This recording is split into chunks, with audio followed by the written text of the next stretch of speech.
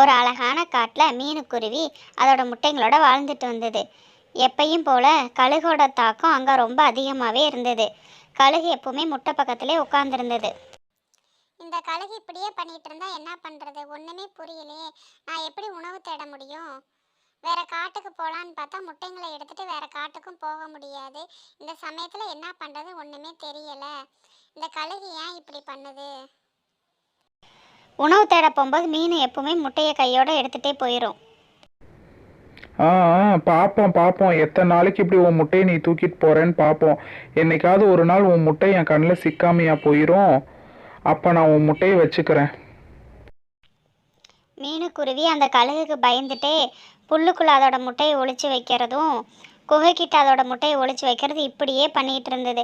உணவு தேட போகும்போது ஏதாவது ஒரு இடத்துல மறைவாக முட்டைங்களை பாதுகாப்பாக வச்சுட்டு தான் குருவி உணவு தேட போகும். எத்தனை நாளைக்கு இந்த கழுகுக்கு நான் இப்படியே பயந்துட்டே இருப்பேன்னு எனக்கே தெரியல. சீக்கிரம் முட்டையில இருந்து குழந்தைங்க வெளியே வந்துட்டா பரவாயில்ல, வேற காட்டுக்கு நான் கூட்டிட்டு போயிடுவேன்.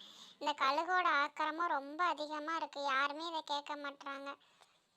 இதுக்கு நம்ம ஒரு வழி பண்ணி தான் ஆகணும். மீன் இப்படி யோசிச்சுட்டு அது என்ன ஐடியா பண்ணுச்சுன்னா, ஒரு பிளாஸ்டிக் மூட்டை ஒன்று ரெடி பண்ணி அதை கொண்டு போய் நம்ம கூட்டில் வச்சுருவோம். இந்த கழுகு ஏமாந்து போயிட்டு எப்படின்னு 2 நாளில் நம்மளோட குழந்தை வெளியே வந்துடும், அதுக்குள்ளே நம்ம ரெடி பண்ணிடணும்னு சொல்லிட்டு பண்ணிருச்சு. இதெல்லாம் பார்த்துட்டு இருந்த கழுகு, அப்பா இன்னைக்கு ஒரு வழியாக நமக்கு முட்டை கிடச்சிருச்சா, நம்ம உடம்பு அப்படி செம வலிமையாக இருக்க போகுதுன்னு கொத்தி சாப்பிட்டா முட்டையில் ஒன்றுமே இல்லை, அது வெறும் பிளாஸ்டிக் முட்டை. அதை பார்த்து கழுகுக்கு ரொம்ப கோபம் வந்துருச்சு. இந்த குருவி என்னை ஏமாத்திருச்சு. இந்த சமயத்தில் குருவிக்கு 2 பெண் குழந்தைகள் பிறந்துச்சு. இந்த வீடியோ உங்களுக்கு பிடிச்சிருந்தா மறக்காமல் சப்ஸ்கிரைப் பண்ணிடுங்க, லைக் பண்ணிடுங்க.